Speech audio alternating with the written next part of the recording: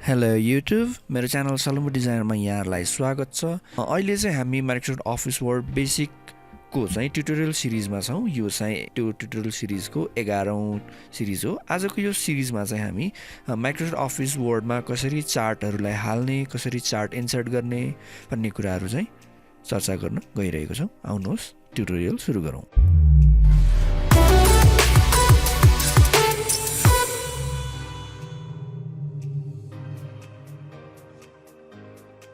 यसरी मैले समय बचतको लागि चाहिँ पहिले नै एउटा माइक्रोसफ्ट अफिस वर्ड यसरी खोलेर राखेको छु। यो ट्युटोरियल सिरिज फलो नै गरिरहनु भएको छ भने हामी होम ट्याब सकेर इन्सर्ट ट्याबमा गइरहेछौँ। तपाईँहरूले माइक्रोसफ्ट अफिस वर्डमा चार्ट इन्सर्ट गर्नको लागि चाहिँ यसरी इन्सर्टमा जानुपर्ने हुन्छ। इन्सर्टमा गइसकेपछि चाहिँ तपाईँहरूले यहाँनिर इलिस्ट्रेसन कमान्ड ग्रुप अन्तर्गत चाहिँ यहाँ डिफ्रेन्ट आइकनहरू देख्नुहुन्छ, जसमा हामी आज चार्टको बारेमा चर्चा गर्न गइरहेका छौँ। त्यही भएर चार्टमा यसरी क्लिक गर्नुहोस्। चार्टमा क्लिक गर्ने बित्तिकै यहाँ यसरी इन्सर्ट चार्ट भन्ने डायलग बक्स आउँछ। यहाँ तपाईँहरूले देख्न सक्नुहुन्छ। यहाँ तपाईँहरूले अब लेफ्टपट्टि चाहिँ विभिन्न थरीको चार्टहरू देख्नुहुन्छ, जस्तै कलम, लाइन, पाई, बार, डिफ्रेन्ट स्टाइलको चार्ट हुन्छ। तपाईँलाई कस्तो चार्ट चाहिने हो त्यो चाहिँ यहाँबाट इन्सर्ट गर्न सक्नुहुन्छ। लेफ्टमा तपाईँहरूले जे चुज गर्नुहुन्छ त्यही चाहिँ तपाईँहरूको राइटमा एउटा प्रिभ्यू पनि आउँछ। यो एरियामा फर्स्टमा डिफल्टमा जे छ त्यही आउँछ। यसरी तपाईँहरूले बेसिक स्टाइलहरू पनि यसरी चुज गर्न सक्नुहुन्छ।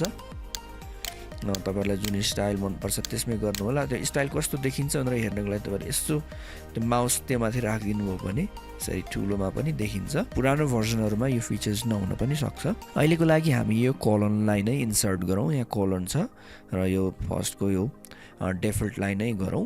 त्यसपछि हामी ओकेमा क्लिक गरौँ। ओकेमा क्लिक गर्ने बित्तिकै चाहिँ यसरी तपाईँहरूको चार्ट चाहिँ यहाँ इन्सर्ट हुन्छ। अब चार्टको भ्यालु दिनको लागि चाहिँ यहाँ एउटा एडिसनल विन्डो माथि खुलिरहेछ। तपाईँहरूले देख्नुभयो होला, यो माइक्रोसफ्ट अफिस एक्सेलमा खुलेको छ। एक्सेल भन्ने बित्तिकै नडराउनु होला, यो एकदमै सिम्पल एक्सेल छ। भर्टिकल्ली 4वटा क्याटेगोरी छ र हरिजन्टल्ली चाहिँ 3वटा छ, जस्तै यहाँ देख्न सक्नुहुन्छ। क्याटेगोरी 1, क्याटेगोरी 2, क्याटेगोरी 3, क्याटेगोरी 4 र हरिजेन्टलमा सिरिज 1 यहाँ तपाईँले देख्न सक्नुहुन्छ। क्याटेगोरी 1 भनेको यो 3वटा ग्रुप भयो, क्याटेगोरी 2 भनेको यो 3टा, 3, 4 यसरी नै। सिरिज भनेको चाहिँ निलो जति सिरिज 1, यो अरेन्ज जति सिरिज 2 अनि यो ग्रे चाहिँ सिरिज 3।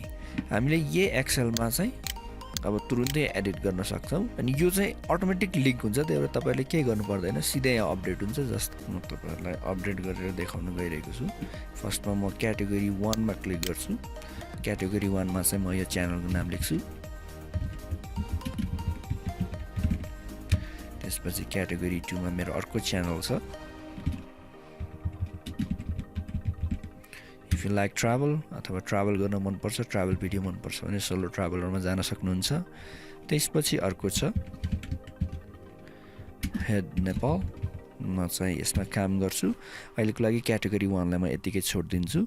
त्यसपछि म सिरिज 1मा जान्छु। सिरिज 1मा चाहिँ म अहिले सब्सक्राइबर लेख्छु। सब्सक्राइबर। सिरिज 2मा चाहिँ म भिडियो गर्छु। सिरिज 3मा चाहिँ let's say watch time. Watch time.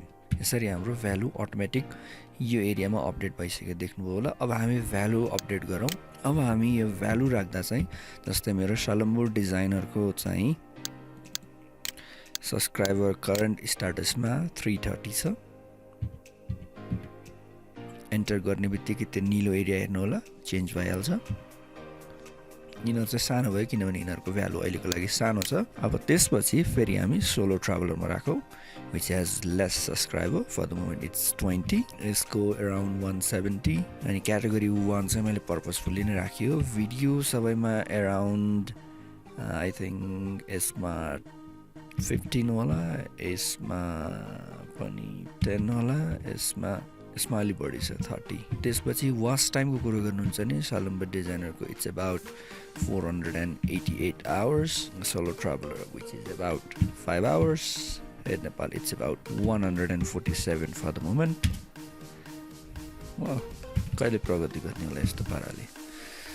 अब यसपछि तपाईहरु हामीले यो क्याटेगोरी 4 राखेछौँ, यो चाहिँ तपाईहरुले यहाँबाट पनि चेन्ज गर्न सक्नुहुन्छ। जस्तै हामीलाई क्याटेगोरी 4 चाहिँदैन भने तपाईहरुले यसरी डिलिट गर्न सक्नुहुन्छ। यो भ्यालु डिलिट गरिदिनुस्, यसरी डिलिट गरिदिनुस्। यहाँ स्पेस बाँकी नै छ, त्यसको लागि चाहिँ हामी एकचोटि फर्स्टमा एस्केप गर्नुस्। यो निलो तपाईहरुले डट देख्नुभयो, यो निलो डटमा माउस राखेर चाहिँ तपाईहरुले यसलाई थोरै माथि यसरी सार्दिनु भयो भने जम्मा 3 वटा मात्रै रहन्छ। तपाईहरुले देख्नुभयो। लेटर अन तपाईलाई एड गर्न मन लाग्यो भने यसरी एड पनि गर्न सक्नुहुन्छ। अर्को सिरिज टाइप गरिदिनुस्। यसलाई चाहिँ तपाईहरुले यहाँ भित्र पार्नु पर्ने हुन्छ अनि थपिन्छ अटोमेटिकली। देख्नुभयो होला। घटाउनको लागि पनि माथि गरिदिनुस्, बढाउनको लागि तल गरिदिनुस्। एकदम सिम्पल छ।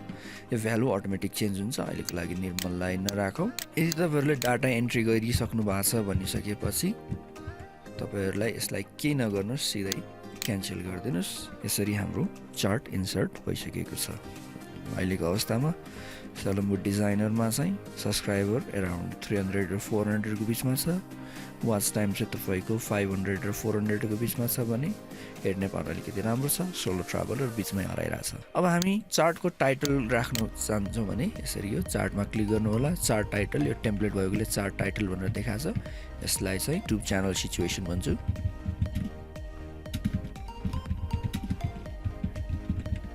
यसरी नाम राख्यो।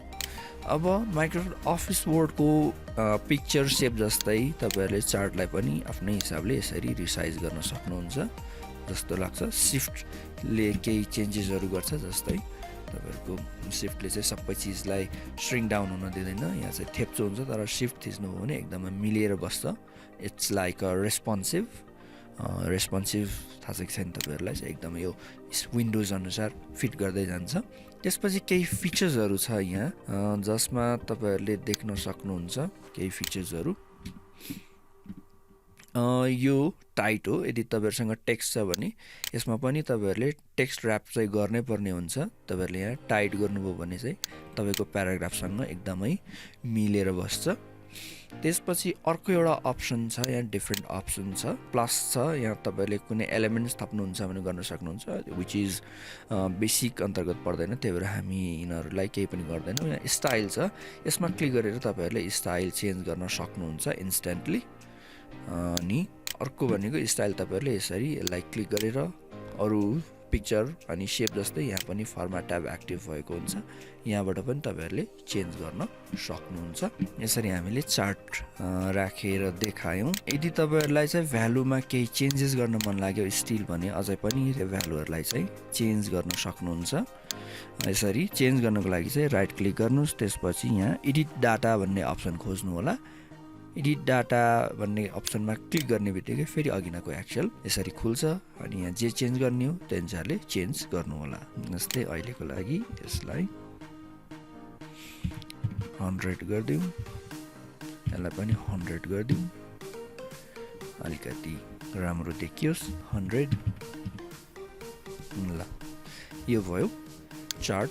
अब चार्ट अन्तर्गतको अर्को अलिकति हामीले देखिराखेको सुनिराखेको भनेको पाइ चार्ट छ। यो पनि चार्ट अन्तर्गतै पर्छ।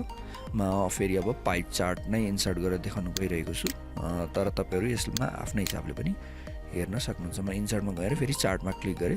अब चाहिँ म अघि कलम गरेको थिएँ, अब म सिधै गएर पाइमा क्लिक गर्छु। यसरी पाइमा क्लिक गर्ने बित्तिकै केही डिफरेन्ट अप्सनहरु आउँछ, यहाँ देख्न सक्नुहुन्छ। त्यो अप्सनहरुमा चाहिँ म फर्स्टकोलाई नै चुज गर्छु। यहाँ फर्स्टकोलाई नै चुज गरौँ, व्हिच इज भेरी सिम्पल। यसको पनि यसरी क्लिक गर्यो भने यसरी माउस ओभर गर्नु भने यहाँ देख्न सक्नुहुन्छ। इन्सर्ट गर्नको लागि चाहिँ ओकेमा क्लिक गरौँ। ओकेमा क्लिक गर्ने बित्तिकै यसमा पनि अघि नैको जस्तै एक्सेल डायलग बक्स खुल्छ। एक्सेल डायलग बक्स खुल्ने बित्तिकै अब यहाँ तपाईहरुले भ्यालु एडिट गर्न सक्नुहुन्छ। लाइभ अपडेट हेर्नको लागि चाहिँ म यसलाई अलिकति रिसाइज गरिदिन्छु जसले चाहिँ हामीलाई हेर्न सजिलो होस्।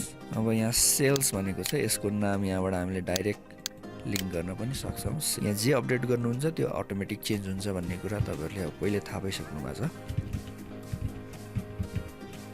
सलम्बु सेलो हेड यो गरौँ। एउटालाई यसरी नै डबल क्लिक गरौँ, डबल क्लिक गरेर 4लाई हटाइदिउँ। अब यहाँ भ्यालु चेन्ज गरौँ। पाईमा नर्मली 100% पुऱ्याउनु पर्ने हुन्छ हामीहरूले, त्यही भएर म सलम्ब डिजाइनरको लागि चाहिँ अहिलेको लागि 60 राखिदिन्छु। एन्टर गर्ने बित्तिकै भ्यालु अटोमेटिक चेन्ज हुन्छ, हेर्नु होला। सोलोको लागि चाहिँ 20, हेडको लागि 20 गरिदिन्छु। अनि यो एउटा अझै पाकेको रहन्छ, यसलाई चाहिँ म यसरी अपडेट भइहाल्छ। अब यहाँ देख्न सक्नुहुन्छ यसरी हाम्रो पाई चार्ट इन्सर्ट भइसक्यो। इन्सर्ट गरिसकेपछि यसरी क्यान्सल गरिदिनुहोस्, तपाईहरुको भइहाल्छ। अहिलेको जस्तै यो पनि भ्यालु एडिट गर्नु छ भने एडिट डाटामा क्लिक गर्नुहोस्, फेरि त्यो एक्सेल खोलिहाल्छ। र आजको भिडियोको लागि यति नै। आशा छ यहाँहरूले यो भिडियोबाट केही सिक्नुभयो होला, तपाईहरुलाई चार्ट हाल्न आउँछ होला भन्ने आशा गर्छु। केही कन्फ्युज भयो भने कमेन्ट पक्कै गर्नु होला। म हर सम्भव भएसम्म चाहिँ कमेन्टको रेस्पोन्ड गर्ने प्रयास गर्नेछु।